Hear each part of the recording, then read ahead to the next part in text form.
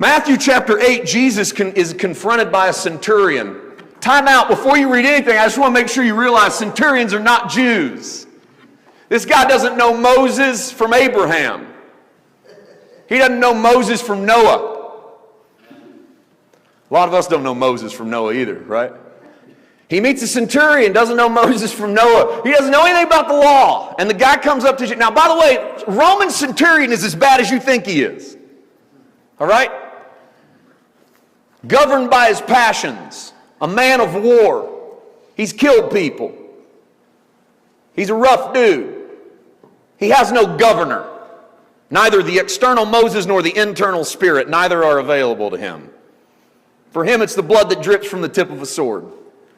For him, it is how much he can satisfy his own passions. Mentally, physically, sexually, intellectually, militarily, whatever. But he heard about a man named Jesus. And he's got a servant at home whom he loves very much. We don't know what their relationship is, but it's tight enough for a centurion to come and approach a carpenter in the middle of the street and say, I got a servant at home who's sick and going to die.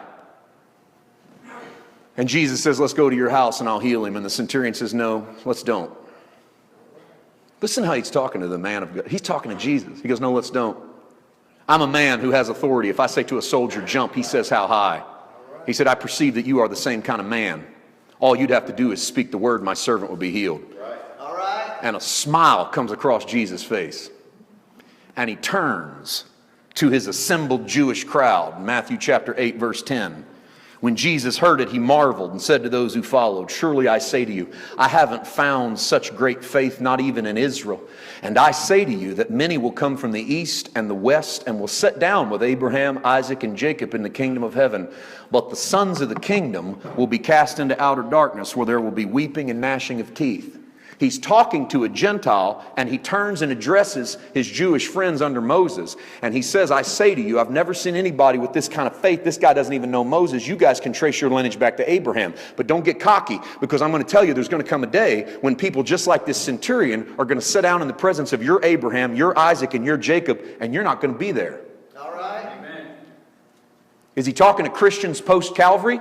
No. He's talking to Jews under the new covenant who've relied on their physical lineage and their connection to Moses. And Jesus uses a Roman centurion to show them that your connections mean nothing in Daddy's economy. The kingdom possessed of the children of Moses is going to be an entirely different place when me and Daddy start bringing people in. Because when you've been bringing people in, you've been bringing them in through bloodline and through Moses. Daddy and I are going to bring people like this in. See this guy? See this centurion? Doesn't know anything about your laws, doesn't know anything about your rules, but he believes in the Son of God, and he believes in more than any of you. This man has been committed. Not to practice, not to morality, not to theology, not to spirituality. He has been committed to one act of faith. Speak the word, and my servant shall be healed. And so Jesus turns in 13 and says, go your way. And as you have believed, so let it be done for you. This is an amazing moment to me. Amen. The Father has brought this back to me on more than one occasion when I would go to God and I'd say, Lord, I really need you to do this, but I know I've been doing this and this and this. The Father would bring back to me the centurion and say, I didn't ask this centurion what he'd been doing. I didn't ask this centurion if he'd cleaned up his life. I just looked at his faith. And son, faith is all I'm looking at right now. Amen. This is the outer darkness part. Let's start to turn it. The servant, when we get into the new covenant, is always a byproduct of law keeping. It is always someone who has committed themselves to Moses. Look at Galatians chapter 4, where the Apostle Paul introduces the concept. Yes, I said the Apostle Paul introduces. It's Paul showing us what no one had thought to show us before. Jesus will do it in his way, and I'll show you that in a moment. But in Galatians chapter 4, verse 4, Paul says, when the fullness of time had come, God sent forth his Son, born of a woman, born under the law. Who is this that God sent? Jesus. God sent his Son, born of a woman, born under the law, to redeem those who were what? Under the law. Jesus came first for who? Israel.